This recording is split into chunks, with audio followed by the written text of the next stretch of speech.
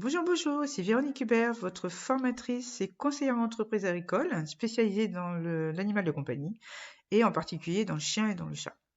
Voilà, donc aujourd'hui, dans le cadre du petit guide gratuit que nous destinons aux futurs éleveurs et aux éleveurs débutants, nous allons parler dans ce module d'une phase qui est quand même importante, qui est celle de trouver votre futur reproducteur ou votre future reproductrice, de la localisation géographique de l'élevage que vous allez choisir ou que vous avez choisi.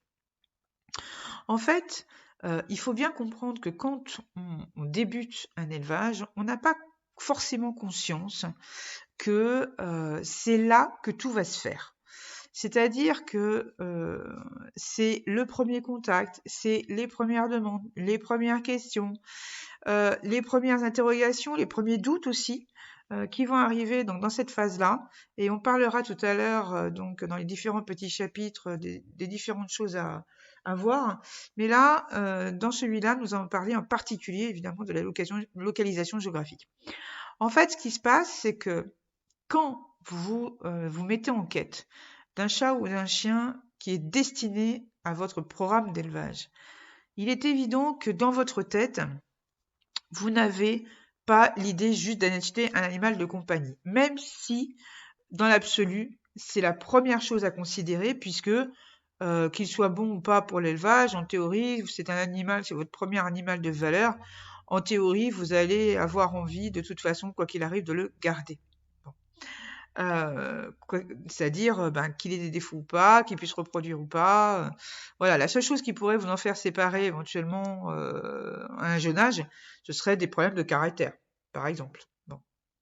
Donc là, on est quand même sur un point important qui est la localisation géographique du futur éleveur. Et il y a en fait deux points à considérer. Soit vous l'achetez en France, soit vous l'achetez à l'étranger. Pour ce qui est de la France, évidemment, le plus commun, c'est de voir autour de chez soi les éleveurs qui existent pour la race ou les races donc choisies. Et en fait, c'est un petit peu l'histoire des races rares ou pas. C'est vrai que plus une race est rare, plus vous aurez de difficultés à trouver un éleveur, et donc moins vous aurez de chances d'avoir un à côté de chez vous. Sauf, coup de chance, monstrueux.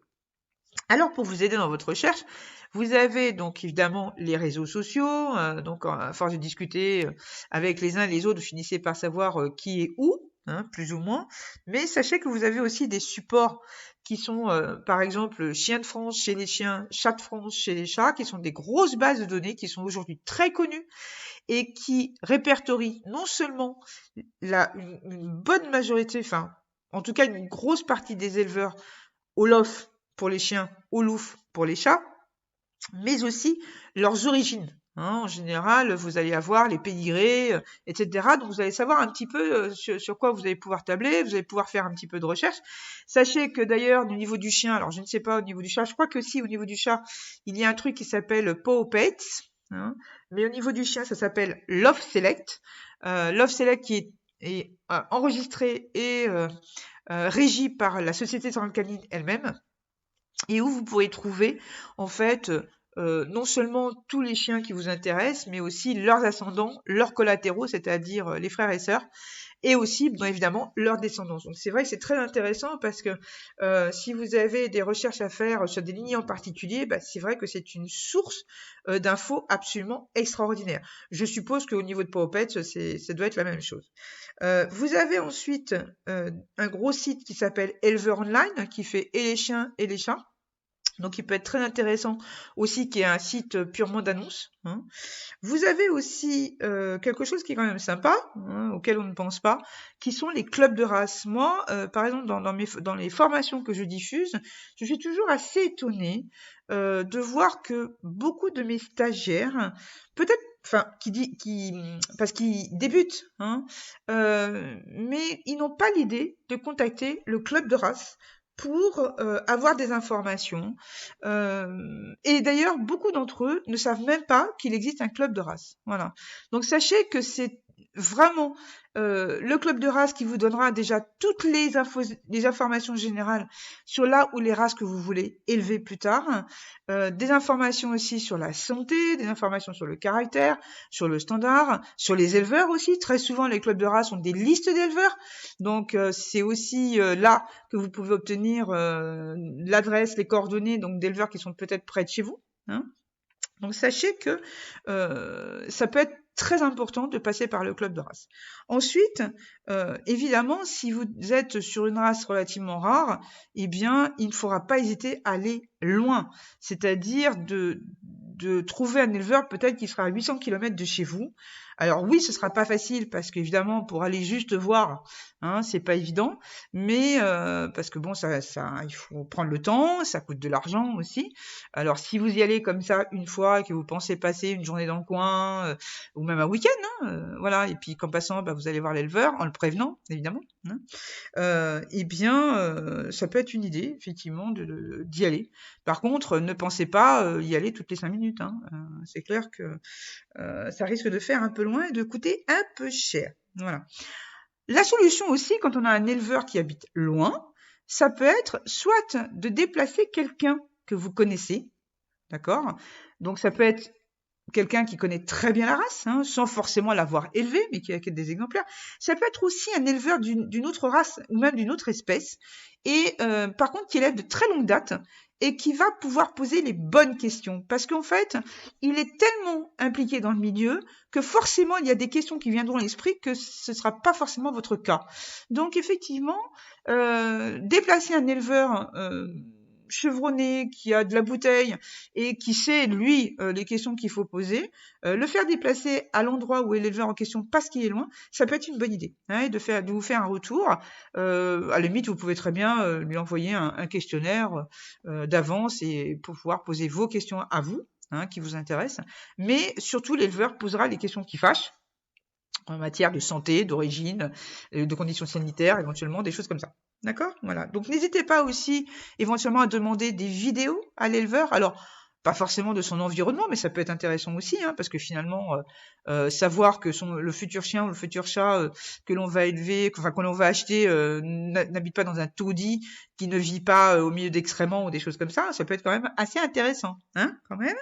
Voilà. Mais surtout des vidéos des futurs parents ou au moins de la future mère. Ça peut être aussi de jeunes qui sont à l'élevage et qui peuvent être soit des mêmes parents, soit voilà, hein, de portée d'avant, d'après, similaires ou d'origine similaire, hein, que l'éleveur peut vous montrer en vidéo. Hein. Ça peut être des bébés d'autres portées qui sont peut-être nés à ce moment-là et qui pourraient vous montrer un petit peu comment c'est à 15 jours, 3 semaines, 1 mois, 2 mois, etc. Hein, voilà. Donc n'hésitez pas à demander des informations visuelles, hein, soit par l'intermédiaire de quelqu'un d'autre, soit éventuellement par vidéo si l'éleveur habite loin. Voilà. Par contre, évidemment, la plus grande recommandation que je pourrais vous donner, c'est de vous déplacer, évidemment, chez l'éleveur.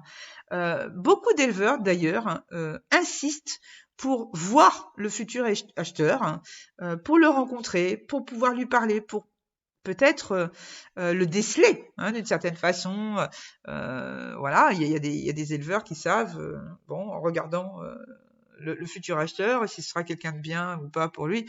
Alors évidemment, on n'est pas dans un délice faciès, hein, loin de moi cette idée.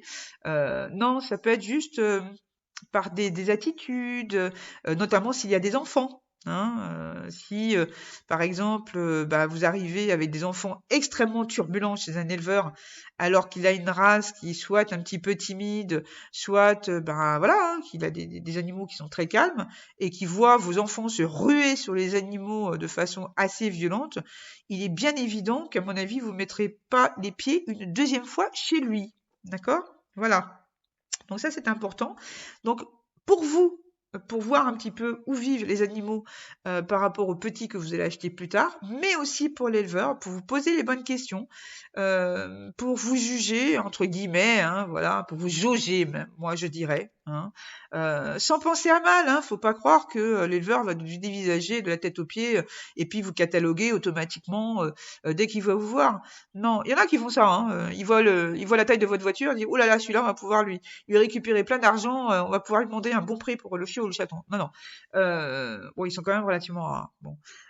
Mais la plupart du temps, c'est plutôt pour vous parler. Voilà, de visu, voilà, parce qu'il y a des éleveurs qui préfèrent, pour eux c'est plus facile de pouvoir discuter avec la personne. Par écrit, c'est pas facile. En visio, bah ça marche pas toujours. Voilà, donc ils peuvent vouloir vous voir vraiment une première fois. Donc n'hésitez pas à y aller, hein, si c'est possible pour l'un comme pour l'autre. D'accord? Voilà. Alors, pour ce qui est de l'étranger, évidemment, on voit ça beaucoup dans le chat en particulier. Beaucoup de jeunes éleveurs ou de futurs éleveurs ont des difficultés à trouver des reproducteurs, donc à trouver des chats et des chats surtout entiers, hein. Et donc, bien facilement, sur conseil d'ailleurs d'autres petits éleveurs, d'autres éleveurs qui ont commencé peu de temps avant, ils conseillent en fait d'aller à l'étranger. Donc d'aller acheter des reproducteurs à l'étranger, donc souvent dans les pays limitrophes. Alors, avant donc d'aller à l'étranger, sachez quand même, parce que ça je l'entends de temps en temps, un éleveur qui va dire, d'ailleurs qu'il soit chevronné ou pas, hein, qui va dire bah oui moi je vais pas acheter à l'étranger ou j'hésite à aller acheter à l'étranger parce que j'ai peur qu'ils me vendent quelque chose qui soit pas conforme, etc. J'ai pas forcément confiance. Alors je voudrais essayer de remettre un petit peu les pendules à l'heure par rapport à l'état d'esprit très français là aussi. Sachez que un éleveur étranger, aussi bien en chien qu'en chat, un éleveur étranger que vous allez solliciter pour acheter un de ces chiens ou un de ces chats aura besoin de voir confiance en vous et pas l'inverse. En fait, contrairement à beaucoup, à des éleveurs français qui n'hésitent pas à vendre plus offrant, hein, à l'étranger, on va dire que dans la grosse majorité des cas, ils sont extrêmement suspicieux pour les exportations. Donc ça veut dire que pour acheter quelque chose chez eux, vous devrez montrer patte blanche. Et très, très, très souvent, ils demanderont à ce que vous soyez recommandé par quelqu'un. Ça veut dire que vous soyez envoyé par quelqu'un qu'ils connaissent, soit quelqu'un qui a déjà acheté chez eux, soit quelqu'un qu'ils connaissent dans leur pays, hein, qui côtoient depuis longtemps, voilà, avec qui peut-être ils ont l'habitude de travailler, et qui leur envoie des acheteurs des pays étrangers. Donc voilà, j'aurais juste vous faire comprendre qu'en fait, votre état d'esprit à vous de ne pas avoir confiance envers les étrangers, croyez-moi, le plus gros problème que vous allez avoir, c'est plutôt l'inverse. C'est-à-dire de faire en sorte que l'éleveur étranger ait confiance en vous. D'accord? Voilà. Ensuite, il va falloir vous poser la question de savoir en quelle langue le contacter. Parce que mine de rien, la langue à peu près internationale, c'est l'anglais, hein. Donc, peu d'éleveurs, et c'est malheureux à dire, mais peu d'éleveurs français parlent l'anglais relativement couramment, ou en tout cas de quoi se faire comprendre, et utilisent des traducteurs qu'on peut trouver sur Google, mais c'est pas forcément des bonnes traductions, hein. Donc attention quand même au quiproquo, hein. Donc là aussi, si vous ne savez pas parler anglais, et encore moins dans la langue du pays, hein, faites-vous aider. Il y a des traducteurs, il y a aussi des éleveurs français qui parlent la langue ou qui parlent anglais et qui peuvent vous servir d'intermédiaire. Donc, ne vous lancez pas tout seul là-dedans. D'accord? Ensuite, si l'éleveur est loin, hein, vraiment loin, prévoyez un transporteur. Il y a des transporteurs très sérieux ici en France qui peuvent aller vous chercher votre animal et même d'ailleurs faire peut-être l'intermédiaire au niveau de la langue, hein. Ça veut dire qu'il va s'occuper de la transaction de A à Z, hein. Il va aller non seulement le chercher, mais avant, ils peuvent vous servir d'intermédiaire pour le dialogue, pour prendre contact, pour savoir exactement ce que vous voulez, pour que ce soit plus facile pour vous, en tout cas au niveau de la pré-transaction, si je puis dire. D'accord? Ensuite, n'oubliez pas que du fait d'acheter à l'étranger, la réglementation sanitaire européenne, pour beaucoup de pays, elle est celle-là. C'est-à-dire que pour importer un animal de compagnie de l'étranger vers la France, il faut qu'il ait minimum 12 semaines, qu'il soit vacciné contre la rage, plus les autres vaccins évidemment, et qu'il ait un passeport européen. D'accord? Mais en plus, il faut qu'il reste 21 jours supplémentaires dans son pays avant de pouvoir venir vers la France. Alors, faites très attention à des transporteurs ou même des éleveurs qui vous disent oui mais moi j'ai vendu il n'y a pas très longtemps à 2 mois et puis c'est très bien passé, etc. C'est pas lui qui prend le risque, c'est vous. D'accord? Si vous êtes pris à la douane française ou du pays, hein, peu importe, tout dépend du côté duquel vous êtes, eh bien, vous pouvez vous faire séquestrer l'animal, donc il restera en quarantaine à vos frais, voire, comme c'est arrivé il n'y a pas très longtemps, il y a 2-3 ans de ça, des éleveurs belges, je crois, qui avaient importé des Spitz d'Ukraine, qui n'auraient jamais dû partir de chez eux avant l'âge de 7 mois. Les 2 chiots, je crois qu'il y en avait 2, les 2 chiots ont été euthanasiés, quoi. Donc, faites très, très, très attention. D'accord? Demandez tous les renseignements. Si vous ne savez pas, vous avez un très beau site sur Google qui s'appelle Anivet, A-N comme Nathalie I, plus loin Vet, qui est un gros site sur toutes les réglementations des pays, des différents pays au niveau de leur importation ou exportation des animaux de compagnie. Vous avez aussi éventuellement les clubs de race, vous avez aussi les consulats, les ambassades, les aéroports, hein. Attention aux compagnies aériennes qui n'acceptent pas certaines races de chats ou de chiens, plutôt de chiens d'ailleurs. Certaines compagnies aériennes qui refusent totalement les animaux ou en soute ou en cabine, ou alors ils acceptent l'un et pas l'autre. Donc renseignez-vous absolument avant d'envisager le moindre départ ou la moindre importation d'un pays, surtout s'il n'est pas dans l'Europe. N'oubliez pas il peut y avoir des demandes de sérologie, c'est-à-dire de prise de sang avec un titrage antirabique si l'animal vient d'un certain pays, hein, et surtout s'il vient d'Europe. Pardon.